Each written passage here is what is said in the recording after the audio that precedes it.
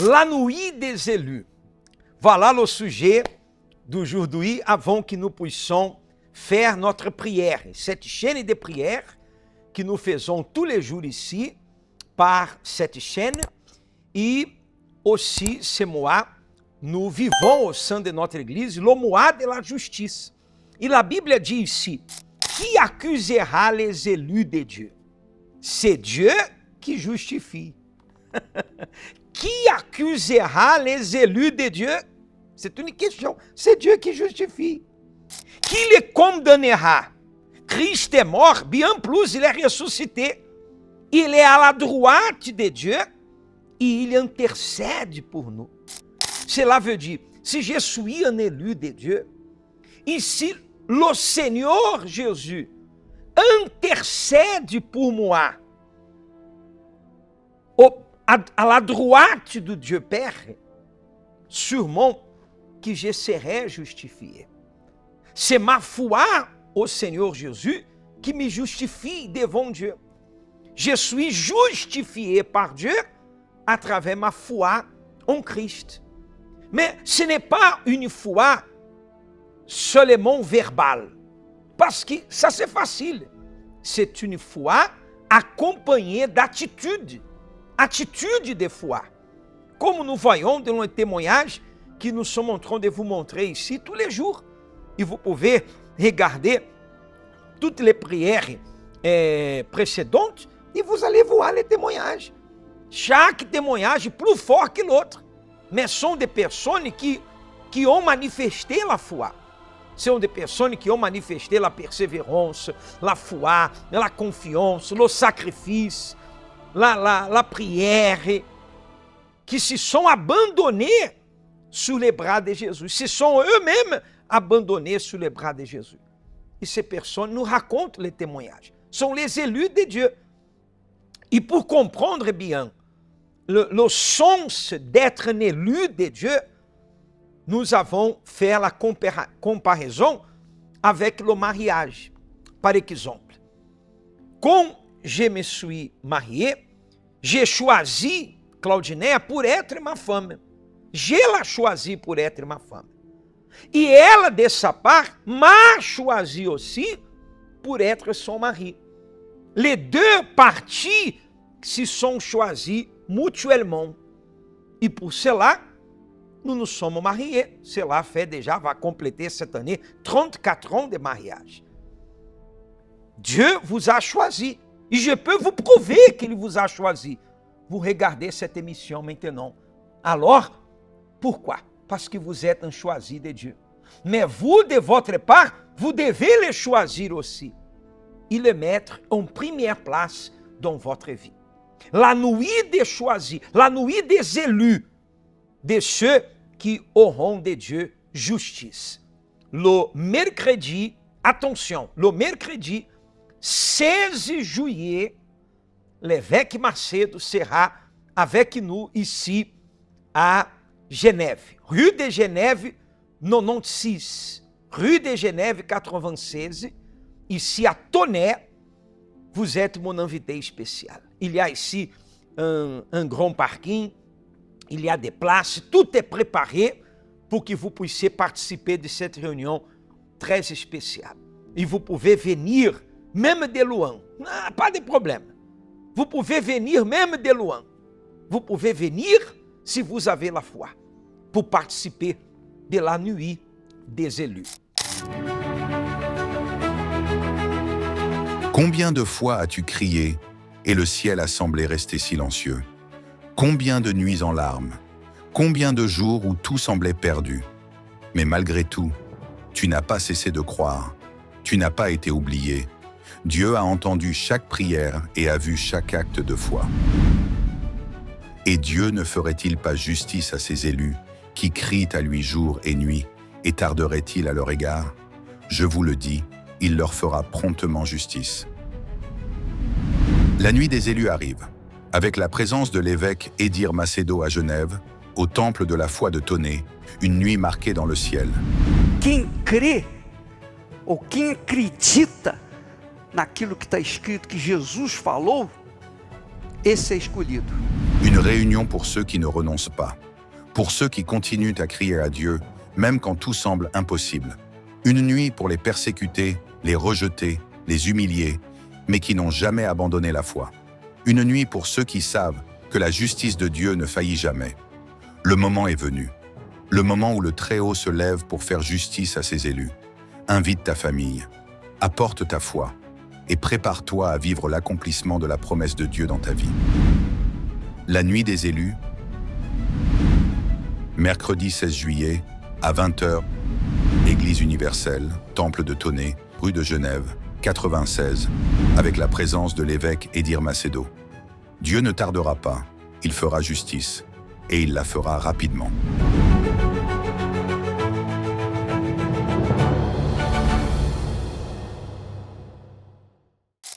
Será uma reunião très especial. E j'en suis sûr que la parole que l'évêque Macedo va nous apporter, la parole qui vient du propre Dieu, e la prière qu'il va faire pour nous, sûrement, va nous bénir. E nous tous, nous allons sortir d'ici étonnés, nous serons étonnés de la grandeur de Dieu dans notre vie. Avant la prière, je vous invite à regarder avec moi ce témoignage. Nous revenons de suite.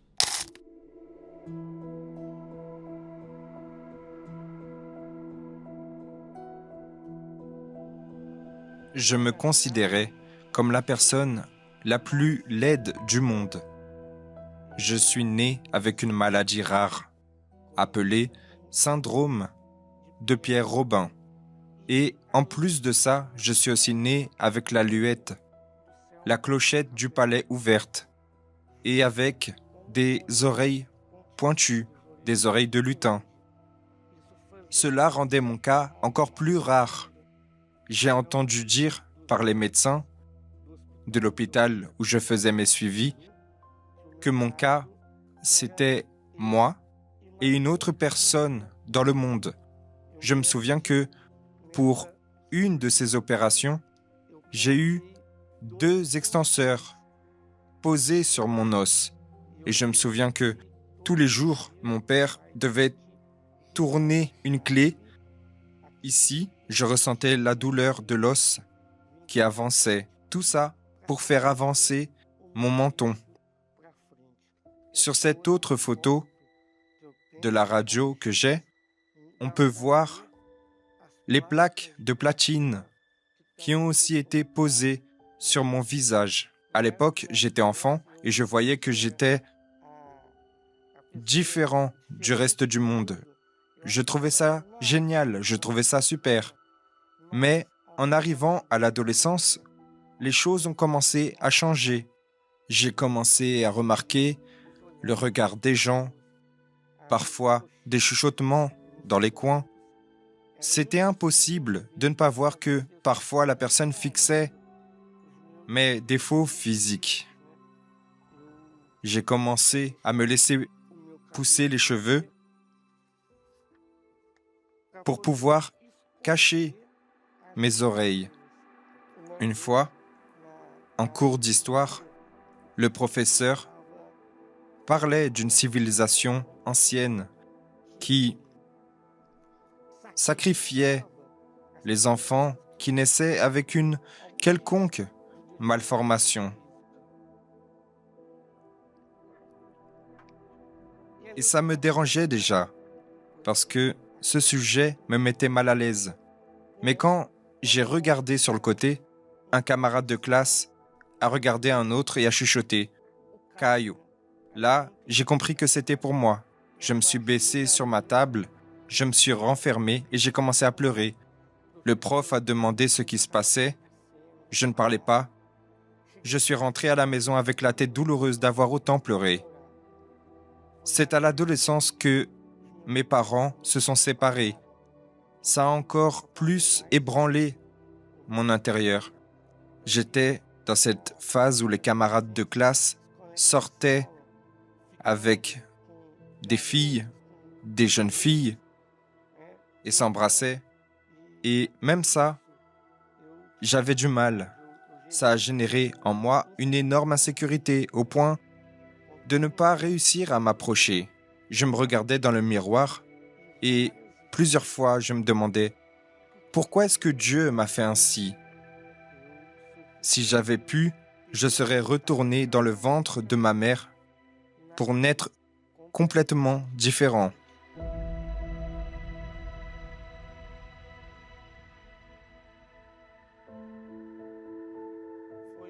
C'est avec ces conflits, ce complexe, ce vide, cette insécurité, ces peurs, que j'ai accepté une invitation de mon père.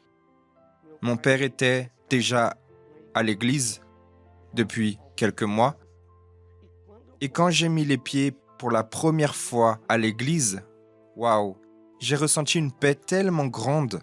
Là, j'ai vu que le Saint-Esprit était là. Et j'ai commencé à aimer aller à l'église. Je suis retourné le mercredi. Et ce mercredi-là, j'ai entendu une parole qui a changé ma vie. Celui qui croit et sera baptisé sera sauvé. Et là, je suis descendu dans les eaux. Là, j'ai fait mon alliance avec Dieu. Et j'ai commencé ma recherche du Saint-Esprit. La pression était forte. Le diable me mettait dans la tête « Tu n'y arriveras pas, abandonne ». Et je me suis souvenu que j'avais un CD d'une réunion que l'évêque Macedo avait faite en 2009 et qui avait été distribuée à l'église, à qui voulait. Et mon père me l'avait donné. Je l'ai mis pour écouter. Quand l'évêque Macedo a commencé la prière, il disait « Mon Dieu et mon Père, seul un fils peut t'appeler Père, mon Père. » Et il parlait avec une telle assurance que je me disais « Moi, je ne peux même pas t'appeler Père. Alors comment vais-je t'appeler? Mon Dieu, je n'avais pas d'autel chez moi. Alors j'ai fait du tapis de la maison mon autel. Je me suis mis à genoux. J'ai commencé à chercher à ma manière. Mais Dieu voit la sincérité.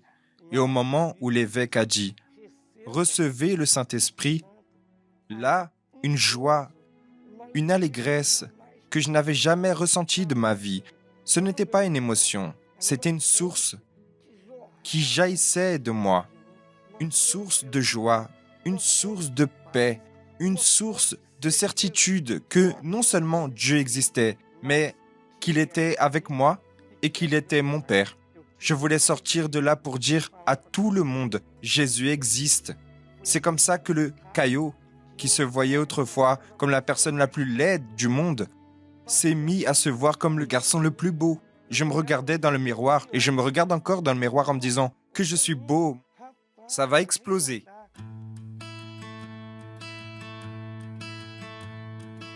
M'est arrivé un moment où j'ai commencé à vouloir une vie complète. Je me souviens que j'ai commencé à faire la thérapie de l'amour pour ma vie sentimentale, pour que Dieu guérisse mon intérieur. J'ai dit, mon Dieu, j'ai déjà un certain âge, j'ai déjà 27 ans, je veux une réponse, je veux être complet. Mais quand on parlait de sortir avec quelqu'un, c'était beaucoup de moqueries. Ce gars-là n'a jamais eu de copine, jamais embrassé une fille, mais maintenant j'avais le Saint-Esprit. Je ne pouvais pas porter cette injustice toute ma vie. Il fallait que je règle ça. Il y a eu la campagne de foi, une campagne de foi spéciale pour la vie sentimentale. Et là, je suis allé de toutes mes forces sur l'autel.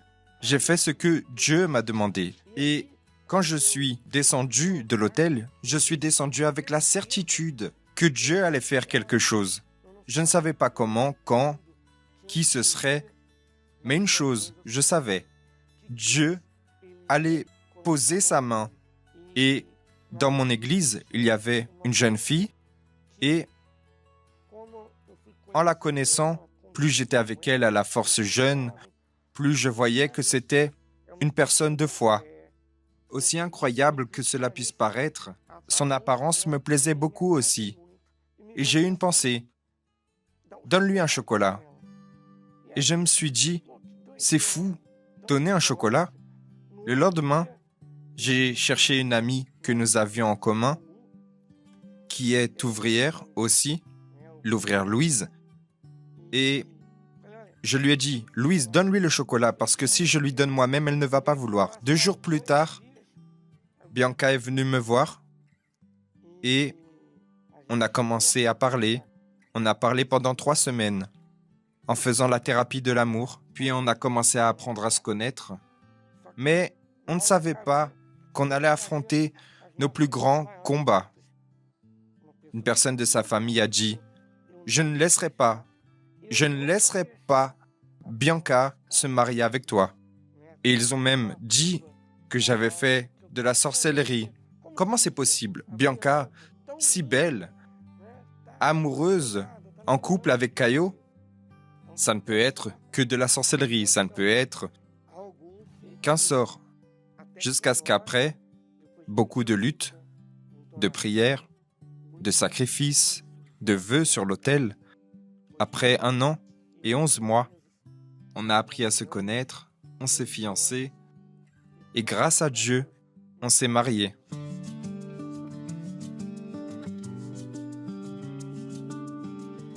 Et c'est l'époux que j'ai toujours rêvé d'avoir. Je le regarde, je le trouve l'homme le plus beau, magnifique. Il me respecte, il me traite comme une princesse. Dieu m'a fait voir qui il était. C'était un homme de caractère, un homme de Dieu, persévérant. Et c'est là que je l'ai cherché. On a parlé, on a appris à se connaître, fiancés et mariés. Et aujourd'hui, on est très heureux. Ça fait déjà 2 ans d'un mariage béni, de paix. Je suis un mari comblé et je suis le premier copain de Bianca.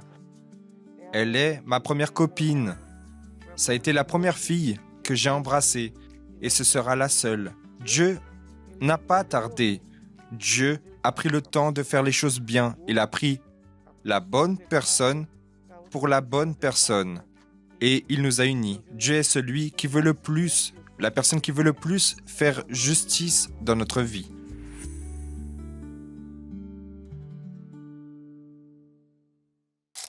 Chaque témoignage que nous vous montrons ici remplit notre cœur de joie, de satisfaction et de foi aussi. Parce que ces témoignages sont là pour prouver que le même Dieu du passé, c'est le même Dieu d'aujourd'hui. Ce qu'il a fait dans le passé, il peut faire dans votre vie aujourd'hui. Vous désirez la justice de Dieu dans votre vie?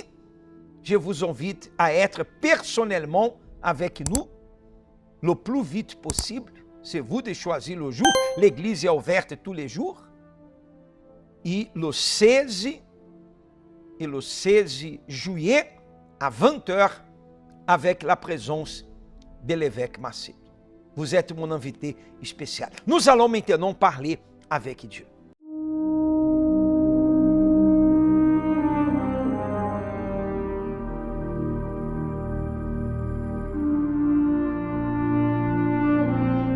Mon Dieu et mon Père, au nom du Seigneur Jésus-Christ, nous unissons notre foi maintenant avec toutes ces personnes qui nous accompagnent, qui suivent cette prière tous les jours. Et ma demande, mon Dieu, c'est que où notre prière arrive, où notre voix arrive, fais arriver ton pouvoir pour guérir, pour délivrer, pour transformer. Cette personne, peut-être, elle a besoin d'un signe que tu écoutes notre prière. Alors, le signe qu'elle va recevoir maintenant, c'est le soulagement. À la fin de cette prière, elle sera soulagée. Parce que le poids qui est sur ses épaules, au nom du Seigneur Jésus, sort maintenant. Et qu'elle puisse recevoir le soulagement. Mon ami, Mon frère et ma soeur, répétez avec moi là, où vous êtes. Dites, mon Dieu, ma vie, je livre entre tes mains. Et je suis sûr, mon Père, que tu vas faire justice dans ma vie. Répétez avec moi, tout ce qui est négatif, tout le mal, au nom du Seigneur Jésus, sort de ma vie, disparaisse de ma vie. Respirez profondément. Respirez profondément. E dites, mon Dieu, que ta lumière soit avec moi. Au nom du Père, du Fils e du Saint-Esprit. Amém e amém. Comment vous vous sentez maintenant? Hein? Comment vous vous sentez maintenant? Respirez profondément. Vous vous sentez bien? Écrivez. Laissez-la sur le commentaire maintenant. Je me sens soulagé. Écrivez, si c'est le cas. Je me sens en paix. Je sens que le poids qui était sur moi est parti. Je me sens plus confiant que Dieu va accomplir sa parole. Laissez sur le commentaire, exprimez votre foi. Cette prière vous avait fait du bien, laissez un like sur la prière. Copiez le lien de la prière, envoyez à toutes les personnes que vous connaissez, qui ont besoin d'une prière. Et, mon ami, n'hésitez plus et soyez avec nous présentiellement, si possible en Suisse, rue de Genève 96, ou bien à l'église universelle du Royaume de Dieu, plus proche de votre maison, dans le monde entier, 140 pays du monde. Nous avons notre église. Et l'Éternel va bénir votre vie. Que Dieu vous bénisse. Mois de juillet, le mois de la justice de Dieu.